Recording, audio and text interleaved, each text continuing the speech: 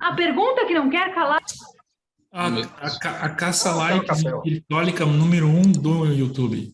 é como?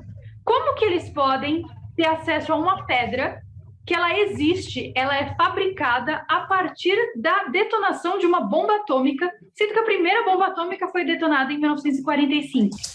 Não, responde essa, Yuri.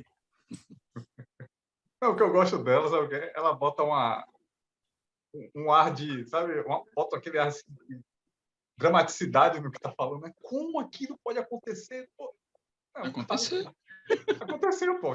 Teve guerra atômica lá no passado. É só isso. É 1 mais 1, né, gente? Como que é possível você ter um metal que só vem depois de uma descarga atômica se a primeira foi em 45?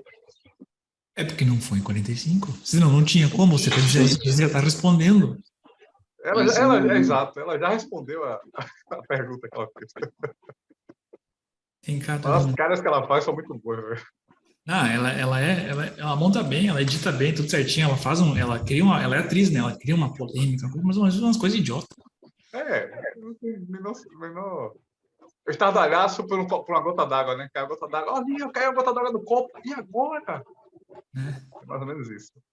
Se tem muita audiência, tem imbecilidade também. Olha só. Nossa, a resposta para essa pergunta é muito mais simples do que a gente imagina. A resposta é que houve uma ou houve várias detonações de bomba atômica no planeta em um passado remoto. Existe um homem, o Dr. J. Robert Oppenheimer. Ele é o físico teórico por trás da criação da bomba atômica. Um dos, né, gente? Um dos. E a questão, né? De onde esses caras vieram, né? Adivinha, quem acertar, ganha um doce. E ele disse que o teste que aconteceu no New Mexico foi a primeira bomba atômica moderna. Ele deixou bem claro esse moderno. E ele alegou também que ele sabia que no passado do planeta Terra outras bombas nucleares tinham existido. Por exemplo, em Jodhpur, lá existe um deserto, o deserto de Thar. Essa zona extremamente radioativa foi descoberta durante uma escavação.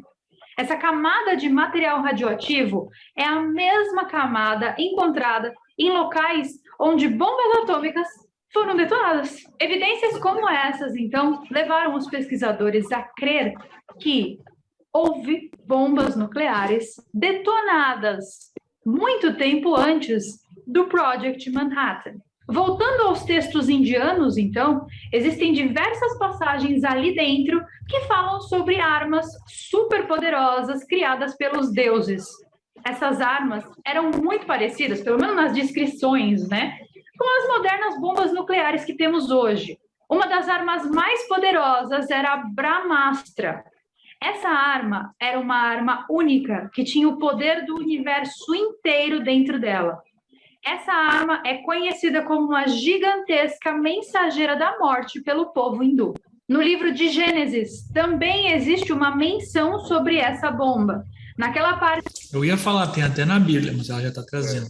A Rogélia falou ali nos comentários, mas tem até nas escrituras hindus, tá aí. Que fala de Sodoma e Gomorra, que eram aldeias vizinhas e que foram destruídas por causa do pecado e da depravação. De acordo com o texto, Deus enviou uma explosão para aquelas cidades, destruindo todas as criaturas vivas que ali existiam. Nos textos hindus, os efeitos de longo prazo dessas bombas detonadas também são mencionados. Diz o texto que o cabelo e as unhas das pessoas caíram, que os vasos foram quebrados e que os pássaros ficaram todos brancos, que em poucas horas a comida foi infectada e a infertilidade dos seres humanos passou a ser algo muito presente. De muitas maneiras, os efeitos de longo prazo dessas bombas mencionadas nos textos indianos são idênticos aos efeitos de longo prazo de uma bomba nuclear se fosse detonada hoje. Esse é meu riso de desespero, meu sorriso de... Tô rindo, mas é de desespero. Então, e se essas histórias, como essa, por exemplo, do povo hindu, e se ela não for uma alegoria, mas for... Ó, aí tá, Diego, ó. O Diego falando, ela traz muito conhecimento. Não é boba. Como que não é boba, meu? Tá tudo, ela trouxe toda a definição, ela trouxe pesquisa, ela pesquisou em escrituras, aí no final ela vem falar que, e se não fosse alegoria? Como se não Ela se fosse? contradisse, né? Como se não fosse alegoria? Não é alegoria. O Saara foi criado assim, do jeito que ela falou naquela explosão ali. O deserto de Gobi foi feito assim. Aquelas ruínas lá da Índia, lá, Mohenjo-Daro, né? Até hoje tem, se você for medir lá o nível até hoje tem nível de radiação lá, você consegue detectar nas ruínas. Tem um monte de evidência. Uma boboca.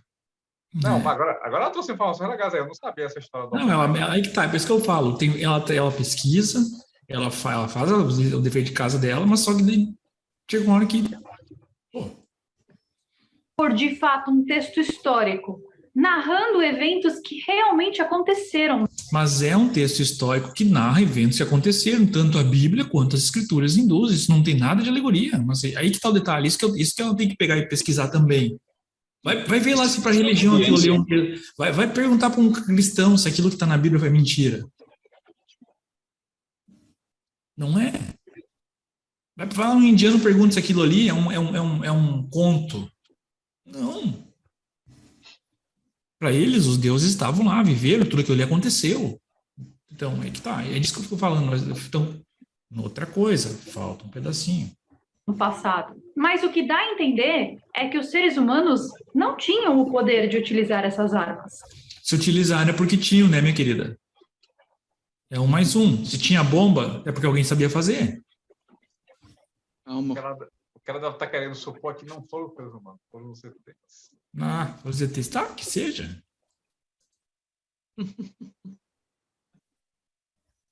O que dá a entender é que existia um ser, uma entidade, ou vários seres, várias entidades por trás disso. Parabéns, você acabou de descobrir a América. O que dá a entender é que essas armas não estavam sendo utilizadas por humanos, mas sim, essas armas estavam sendo utilizadas nos humanos. Talvez aqueles seres que eram mencionados nos textos como sendo deuses, na verdade, não poderiam ser deuses, mas sim poderiam ser alienígenas, por que não? Aqui a gente considera todas as hipóteses. Se você não está satisfeito com essa consideração, o Dr. John Brandenburg, ele não é um conspirador, uma pessoa que senta seu bundão na cadeira e grava vídeos para o YouTube conspirando. Não. Não, isso é ela. Ele é um dos físicos teóricos mais importantes que já pisaram nessa terra. Ele é físico com PhD em física de plasma pela Universidade da Califórnia. Ou seja, ele é um homem cheio de credenciais falando que outras bombas nucleares existem. Arthur. Não, e alemão. Tiram no passado, antes da que ele ajudou a criar. E é exatamente por causa disso que o mundo inteiro ficou chocado quando a Fox News, em 2011, apareceu dizendo que uma bomba atômica foi explodida em Marte no passado. Mas ainda, de acordo com as especulações desse físico e de diversos outros cientistas, seria praticamente impossível que uma bomba nuclear tivesse sido detonada em Marte.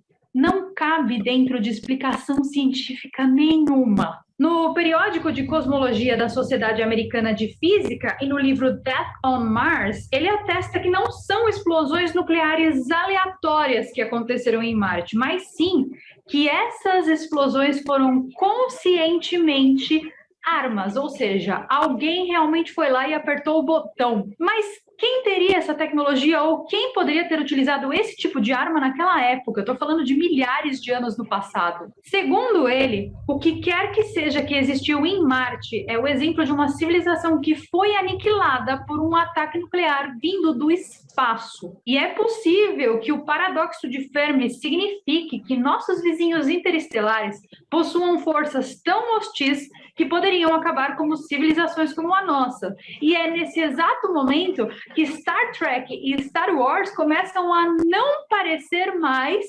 ficção científica, mas sim um relato de uma realidade existente. O que realmente aconteceu no passado do nosso planeta que nós não podemos saber. Seja lá o que for, esses seres monitoram a vida que existe aqui no planeta Terra. E eles sabem muito bem o poder de destruição que bombas nucleares possuem. Eles sabem o que essas bombas podem causar. Deve ser por isso, então, que eles monitoram a atividade de bombas nucleares em todo o planeta Terra. Eles precisam monitorar tudo isso de perto, porque, afinal de contas, nós, aparentemente, não temos maturidade para lidar com isso.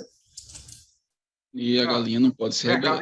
Teve um pedacinho lá que ela falou assim, as explosões atômicas de Marte não eram explosões atômicas aleatórias. Alguém me explica o que é uma explosão atômica aleatória, porque eu até agora não entendi. Vai que resolve acontecer uma fissão nuclear ali espontânea. O átomo de hidrogênio ali resolveu dar uma fistada. Vou partir aqui agora, não vai dar nada. Não, um átomo se bateu com o outro, ficou revoltado, né? E aí rolou uma treta lá, e aí um bateu muito forte no outro, causou fissura. Mas agora que eu vou dizer pra você, estou gostando, porque pelo menos ela está trazendo. Ela tá indo por um outro caminho, mas o caminho é legal, porque tudo que ela está trazendo aqui a gente já sabe, por uma outra via. Caminho sensacionalista, né? Atrair. Não é nem sensacionalismo, é questão de materialidade. Por exemplo, ela foi atrás de um pesquisador que trouxe uma teoria explicando aquilo que a gente já fala há tempo, sobre o que aconteceu em Marte, sobre Sanat Kumara, Vênus, sobre todos os seres que foram atacados, sobre draconianos, sobre reptilianos. No fim das contas, ela está explicando isso aí também. Legal. Né? Só podia sustentar um pouquinho melhor. Tipo, você bota aí e sustenta, né? Não fica em cima do muro. É porque senão ela pode perder seguidor. Entendeu? Tem a questão dos seguidores, né? Dos likes. Né? A gente como é que é? Aqui não vivemos de likes, então bora falar mais um pouco.